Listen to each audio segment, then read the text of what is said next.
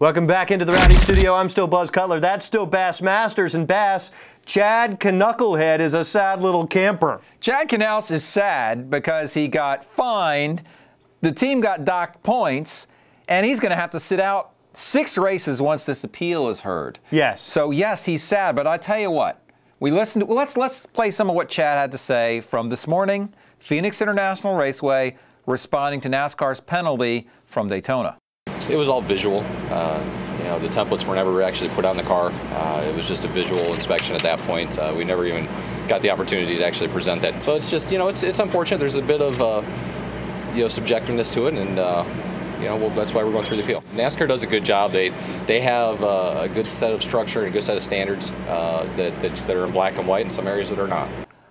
You know, I have to say, I got to tell you, that reaction makes me feel like they're not going to win their appeal. Right, because there was no moral outrage, right? The whole argument, it seemed to me, was, wait, you guys approved this thing already. Now you're telling me it's not approved, and not only are you taking it away, which is bad enough, but you're fining me and you're taking away points when you already approved this thing 4 times last year and it won a race and you approved it afterwards too? What? That's ridiculous. That's what you'd expect him to say if it were that black and white.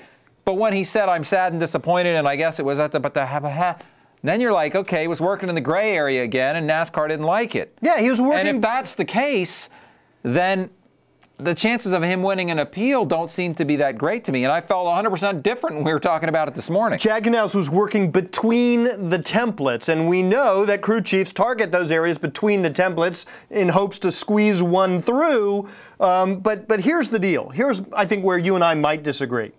To me, the fact that this car passed inspection multiple times last season is irrelevant because the policy is clear. The car must pass inspection every single time it hits the track. So, okay, it passed last year. Well, this time it failed. Well, in order to have a credible inspection regime, you have to have consistent standards, right? You can't have an ump that calls a ball a strike when it's 2 inches off the plate for half the game, and then the last couple innings he's calling them 5 inches off the plate. Oh no, that would never happen.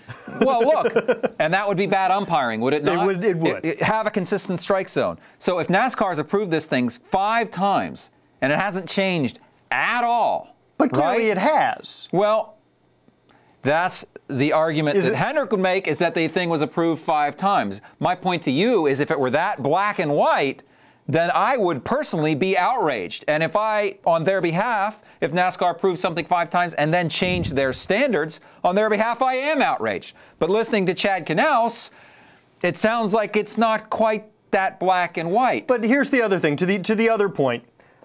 If a baseball player passes his drug test last season and then, fails his drug test this season, can he say, oh, but I passed last season? Of course not, because he's eating foods and he's put stuff in his body between now and then. So you're assuming... I'm saying if you took my urine sample... I really don't want it. And you passed it 5 times... And then 3 years later, you came back and you said, "Yeah, we decided to check it again," and now we caught you. So here's the crux of the issue: is it the same urine sample? Is it the exact same C-post, the exact same car? Exactly. As this year as it was last year? Correct. NASCAR's position is clearly not. Hendrick's position is clearly so. But here's my issue. But I'm surprised by the lack of outrage if that's the case. Well, and here's what I'm surprised by. Chad Knaus said in his statement that NASCAR failed this car based on a visual inspection only.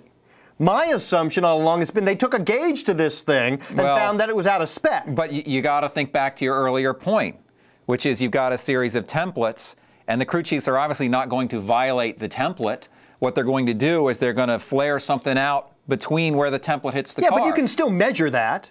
Well, yeah, but you basically that's a gray area, right? NASCAR has been really clear, as I think John Darby has said, is don't go messing in these gray areas with the body of this race car to gain yourself an aerodynamic advantage. When they tried it at Infineon, they got the same drastic punishment. They tried to flare something out, which technically wasn't a violation of the template, but was a violation of don't mess with the body. And now NASCAR feels they've done the same thing. And if I were Hendrick Motorsports and I'm Chad Knaus and I feel like the thing got approved multiple times last year, then I thought I was okay, and now you're telling me it's not, I would personally be outraged as opposed to saddened. So I'm wondering what's going on. And I'm not trying to read too much into this because it's not fair to do that, but I'm not as confident as I was earlier that they've got a good basis for this appeal. I find it very hard to believe that Chad Knaus took this car after Talladega last season, parked it over at Hendrick Motorsports, only to wheel it back out in time for the Daytona 500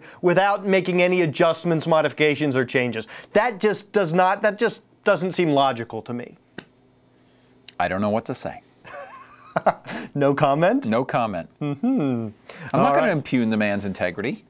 I'm not impugning. You're impugning. I'm saying that you're a serial impugner. I'm a serial impugner. All right, we're going to wrap it up. What does that even mean? I'm a serial impugner. I think you know. Does that mean Buzz Cutler, I talk I'm ill of cornflakes? Is that what that means? Or Rice Krispies. For Buzz Cutler, I'm Bassmasters. We'll see you next time. Rowdy.com. Say it like it is. Say what like it is? Rowdy.com.